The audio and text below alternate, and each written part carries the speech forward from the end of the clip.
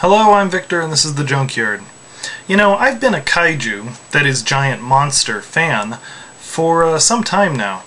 And while I have done a couple of crossover reviews with Quantum Joker on both Godzilla and Gamera, I haven't actually done a full-out Junkyard review of any of these Japanese gems. Well, today we're going to remedy all that. But we are not going to be talking about the lizard or the turtle this time. Nope. We're going to be talking about Frankenstein. Confused? Well, back in '65, Toho, the studio that created Godzilla, released a film called Frankenstein vs. Subterranean Monster Baragon, which we in the States call Frankenstein Conquers the World. Both titles are ridiculous for different reasons. Anyway, the movie told the story of Frankenstein, who was killed way back when, but was able to regenerate from his ever-living heart. Due to prolonged exposure to radiation, the monster grows into a giant, just in time to do battle with Baragon and then be killed by a giant octopus.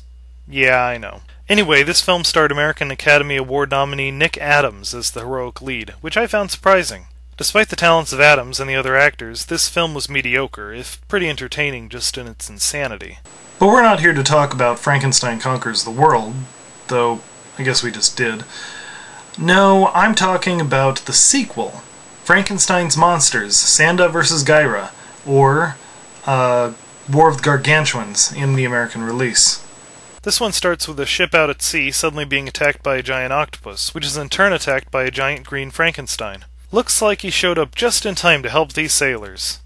Oh dear. After defeating the octopus, he attacks and eats all but one of the sailors, who returns to tell the world that Frankenstein has returned. Just as a side note, why do these monsters always feel the need to go after the humans, even when they have a monster-sized meal right in front of them? It must be like potato chips for those guys. Anyway, the not-so-jolly green giant continues to attack people from the water. A few of these scenes are pretty menacing, especially this one.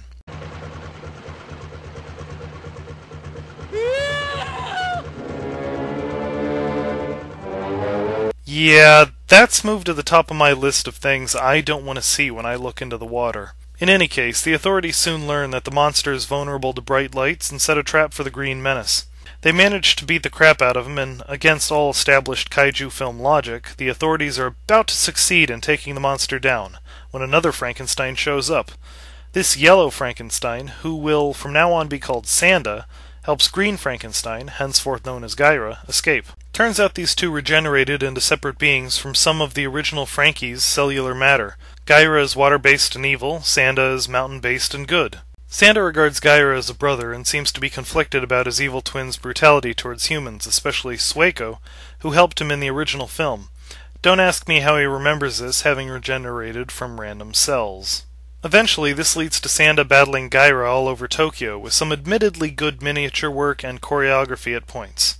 The trouble is, the whole scene is very dark. This works if you've got a giant lizard fighting a giant moth, but we're talking about two guys in monkey suits with only slight color and facial differences. It becomes your standard evil twin fight, where you don't know who to root for, and I don't think it works here.